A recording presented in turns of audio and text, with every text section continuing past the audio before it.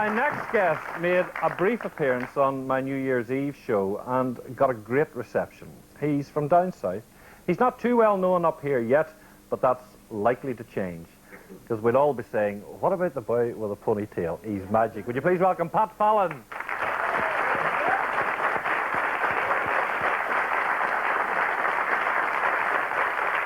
Thank you. Very good evening. A lot of comedians walk out and say things like, take my wife. I wish somebody would. I don't have to bother. Somebody already has. You know, my wife, she was a strange lady. Whenever we went on holidays, it was 14 suitcases, one for every day of the holiday. I mean, she would bring a red headscarf for the red outfit, and a blue one for the blue outfit, and a yellow one and a green one, and so on. And then the weather would turn chilly, and she'd say to me, I wish I'd brought a shawl. And being a magician, it was no problem. I just flicked it out, and yes, indeed, we had a nice four-coloured shawl.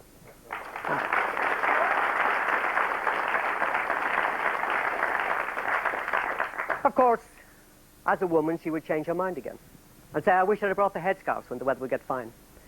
So I invented this little machine for converting things. Some people say she just married me for my magic wand. She said I had a big one. I don't think this is exceptionally big. Don't clap on your own so someone will throw you a fish. What you do is you take the red corner of the headscarf, you poke it down into the magic wand. And then you get it all the way down, you give a little shake like this, as it drops out the bottom. You give a snip with an invisible scissors, and it comes apart like that. One. You then push the yellow corner all the way down. You give another little shake like that. You give another little snip like that. That's two snips. You know yourself, snip, snip. They come apart. Then, of course, you push the rest of it down like this. And as it pops out to the bottom, you give another little shake like that. You give another little snip like that. That's three snips. Some of us were born lucky. And, of course, the great thing about this magic wand is it needs absolutely no cleaning. It does it all on its own. Thank you, Tanya. A lady sitting over there on the end. Madam, would you take that and roll it between your hands until you're satisfied, please? You're satisfied it is a normal die? Yes. What we have are some very large playing cards, particularly for the people up the back who can't see small ones. Can you all see those? Yes. Oh, very good. Now, what I'm going to do is shuffle these, and while I shuffle, you roll. So, away you go. Start rolling, I start shuffling. I would like you to start stop any time you like, but preferably today. Thank you. We have a ventriloquist in the audience tonight. Wonderful. Madam, you were supposed to say stop, but your ventriloquist has done it for you. What number did you stop at? One. Would you like me to count one down from the top or one up from the bottom? You'd like one up from the bottom. Thank you very much. There's one off the bottom. The next one up is your selected card. Now, I say your selected card because you're doing this trick and not me. And we're going to use two well-known sciences to do the trick. One is numerology and the other is elimination. Now, don't worry if you don't understand, neither do I. But let's try the elimination. There are two red and two black suits in the pack of playing cards. Which would you prefer, red or black? Red. Of the two reds, you have hearts and diamonds. Would you choose either one? Diamonds. Diamonds. You have, process of elimination, eliminated the two black cards and the heart, leaving this a diamond, I hope. Are you married? Yes. Good, so you know what a diamond looks like. Yes. For those of you who are not, that is a diamond. So now, that's the easy part. Now for the numerology. I hope your maths are good. We're going to ask you to roll the die again and stop at a number and tell me what it is. Six. Put your hand on top of the six. Turn it upside down. Add it to that number that's now on top. And then divide the answer by 2. Sorry? 6 and 1 is 7. Divided by 2 is 3.5. Ladies and gentlemen, it's been a great pleasure to be on the Kelly Show. And, oh, sure what? 3.5. It's just as well, that's the card you chose. But that's what we have, the 3.5 of diamonds.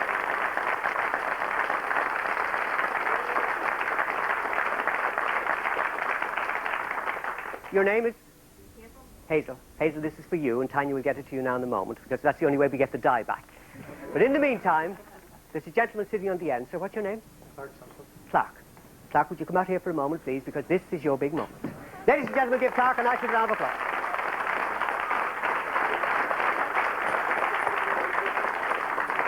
This is called the famous Chinese linking ring trick. It uses 5 solid steel rings I keep in an old bag here. I have another old bag at home, best place for it. For it, I said it, 5 solid steel rings. Are you going to count with me? That's 3. This one here is 4, and one more makes 5. Clark, would you have a good look at that one and see if you can find a hole in it anywhere? I'll take the bag. You find a hole in it? All right. It's all right. You can't find the hole. No. Go straight through there, Clark, but I wouldn't worry about it. In fact, Clark, I'll tell you what, I want you to mind 2 rings for me. If I put them over your head, what does he look like? A saint, and I'm sure you are. Clark, don't worry. If you got going through the floor, it's okay. I'm going to show you what you do with 2 solid steel rings. You rub them together like that, and they link. A lot of magicians do that. I don't. It will be too easy. What I like to do is something a bit more complicated. Using 3 rings, you whack it on like that. Now, with 3 solid steel rings, if I stick one up in the air, would you catch it? That's right. Only try. Tanya, how are you feeling? Here we go. Good guess. That's how you do it. Now, Clark, I did promise to make you a famous man. What you do is you take the 2 rings from over your head and hold them out like that together. In one hand. On the count of 3, when I snap my fingers, you let 1 ring go. Otherwise, we do get a hole in the floor. You have to trust me. And when you do let 1 ring go, this audience will erupt into a round of applause like you've never heard before. 1, 2, 3, now. Right. Spin the bottom one. Swap it for the top one. Spin it. Show them they really are linked together, Clark. Not like that, otherwise they'll all know how to figure stuff. Now, hang on. Clark, the round of applause you got a moment ago is nothing compared to the one you will get. When you take the 2 rings and you rub them like this and they separate, they will give you a standing ovation and I leave. Are you ready? Up you go. Rub-a-dub-dub. 3 men in the tub. Separate, applause. Clark, you are missing something. I don't know what it is, but it... I'm now missing. This is called an elevator link. Starts at the bottom, goes all the way up to the top like that. This here is called a simple link because it simply doesn't work till you blow on it. No, over harder. That's it. Now this one here is called the Olympic Games on the microcurrent. Clark.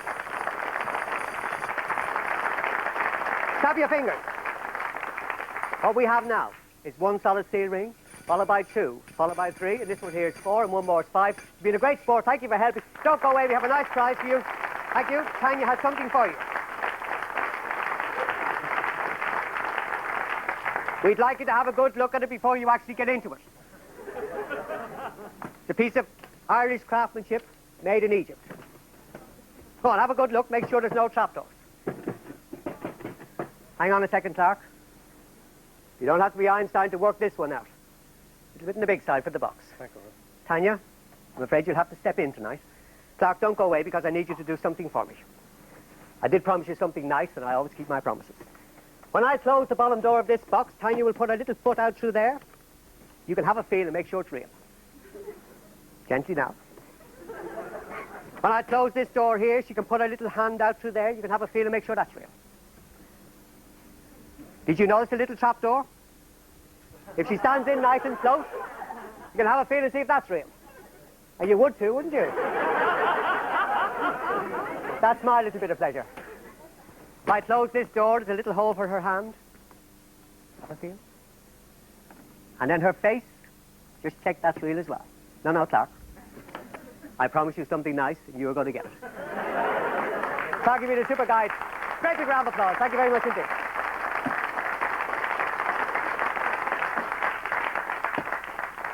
If I was to try and remove the center of this box, Tanya's hand gets in the way. Can you take your hand in a second? Now, of course, it's her backbone. There's only one way to solve it, the easy way. And I haven't done anything difficult up to now. Here we go. Are you ready? 1, 2, 3. I don't know why she's screaming. It never hurt a thing. Not to me, anyway. Here we go.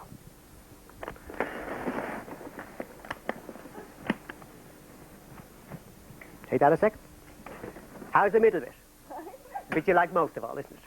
I'm going to give you a little spin because I promised you a spin when I brought you up to Belfast, and I always keep my promises.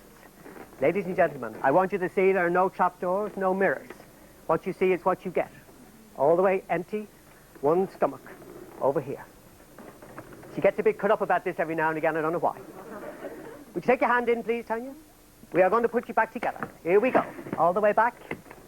Oh, my handkerchief, where I got it in the first place. I take this one out, and take this one out. You take in your hands and feet, please. Good girl. We shall open the box. Ladies and gentlemen, a very beautiful and a very brave lady, Tanya.